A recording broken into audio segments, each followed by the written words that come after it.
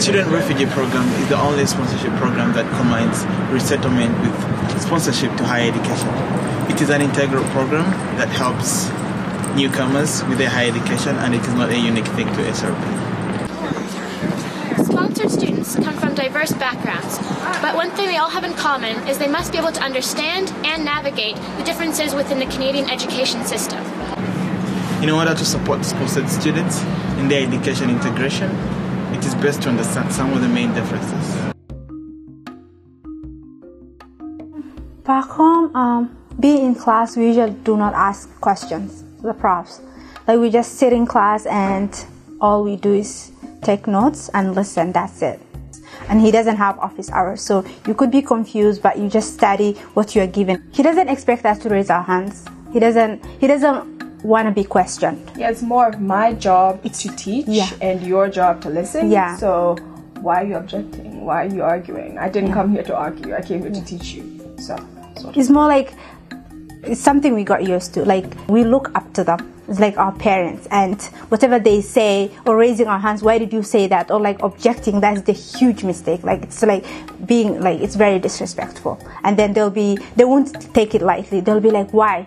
Then you'll be like, they'll just start yelling at you while you're in class, and every student is looking at you. So you really don't understand what you're doing. You're just doing it because you have to.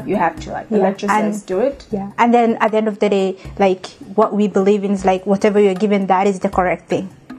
So we don't have our own like opinion or our own way, or like applying what we learned and like using it in a different way. It's just that this is it, and that's it. The pace of university is much different from what they might have experienced in high school. Whereas they may have done a chapter in a month in high school, they learn a chapter in one 3-hour lecture. So the pace is usually something that you need to get used to, and it takes a little bit of learning, but just to expect a change, and that it might be more intensive.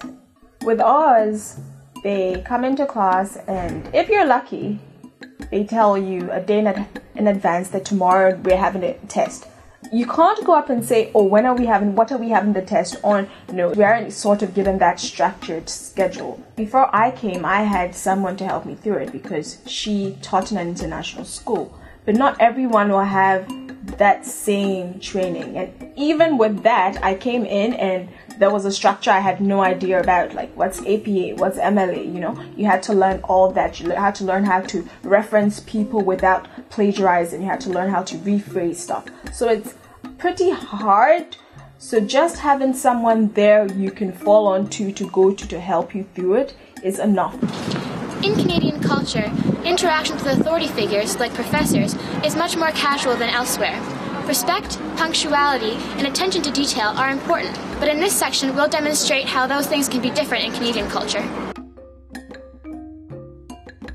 It's good to let the sponsored students know that it's not disrespectful to speak in class, to put up your hand and ask a question, that professors actually appreciate it if there's interaction in the class a lot of the time.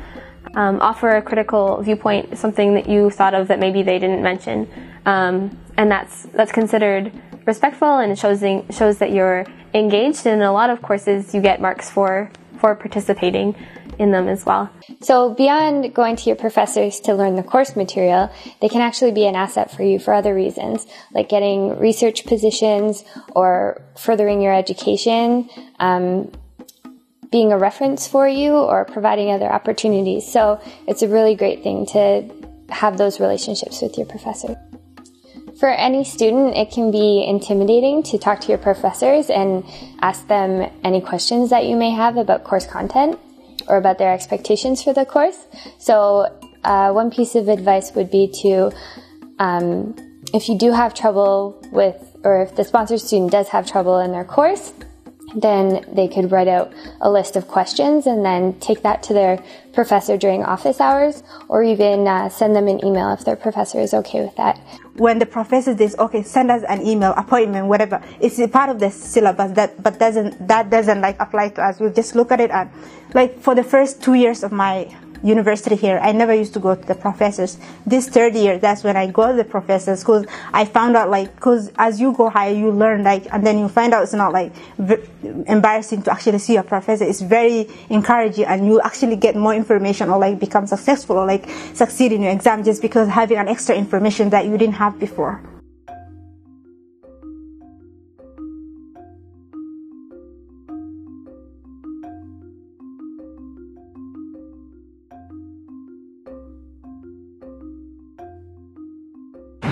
Something else to keep in mind is some of the good ways to be efficient and have the useful tools, and at the same time know what amounts to cheating. And it's just we're given like a topic or like something to talk about based on that textbook. Then we just, you know, give all the information that we have like been studying and just put it there. We're not like we don't put pages, or like we don't cite them where we got them, just because you just have your own paper, the paper that you're actually working on, the exam paper. That's it. You don't have any other information. So that means you don't know where the page is. You just like giving the information that you have studied, and they don't expect you to cite anything, because we don't copying and all that. It's not even part of. I had to learn here like there's something called copying or like plagiarizing. So it was different thing, and I learned from the hard way, because all those information we're not given like back at home. Like we are not introduced to those kind of like essay writing. So it's completely different thing. Another key difference is that more and more Canadian professors are using web-based teaching tools, like online quizzes and assignment submissions. Here are some suggestions as to how you can help students adapt to these new methods. Being immersed in that kind of system without you having background information is just very confusing. Give them the background knowledge on how to use those resources that are available to them. A lot of it is just really showing them how to use it and let them experience it for themselves so that they can apply it in practice.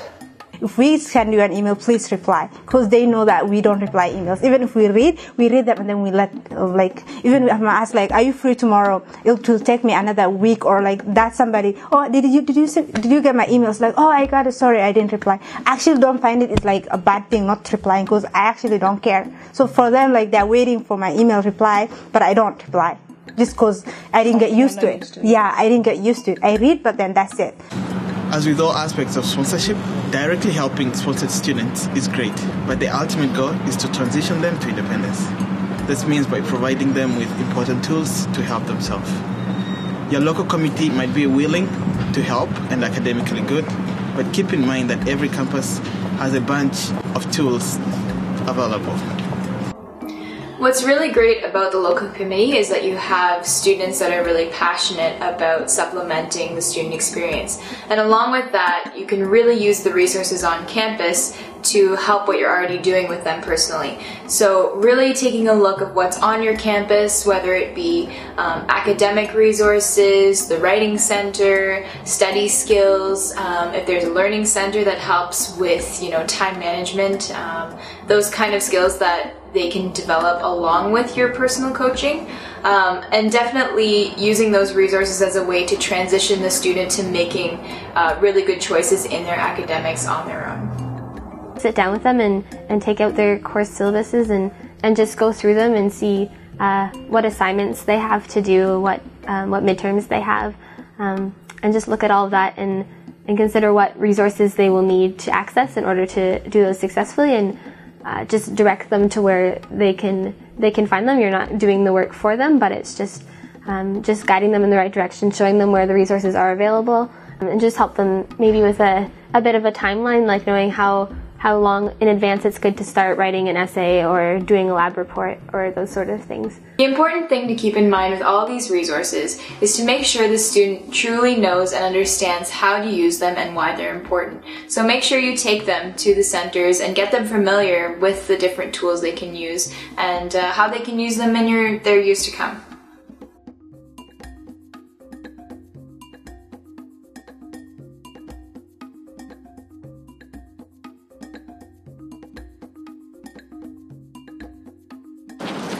Let's take a step back and look at some of the bigger picture things that are important when transitioning into independence. Most SRP students come to Canada hoping to be a lawyer, doctor, or engineer. It is important to have a discussion about what these careers entail, but also to discuss other options that they may not have thought of. It's really good to have a conversation about academic expectations with the sponsored students. Many Canadian students don't realize the wealth of opportunities they have once they enter university, so the sponsored students may not know that as well. So it's really good to let them know what kind of programs are out there and what kind of opportunities that they do have, which can help them in the future. Lastly, you want to help sponsored students continue with their academics by helping them understand and apply for various funding sources. Sponsored students have to take on loans to pay for their education. It's a really good idea to show them all of the scholarships or bursaries or grants that they may be eligible for, and either helping them through the application process or directing them to someone who could help them with that. The SRP provides real opportunity for former refugees to achieve their full potential through higher education. These are truly bright and inspiring individuals, and with your help, they can achieve great academic success.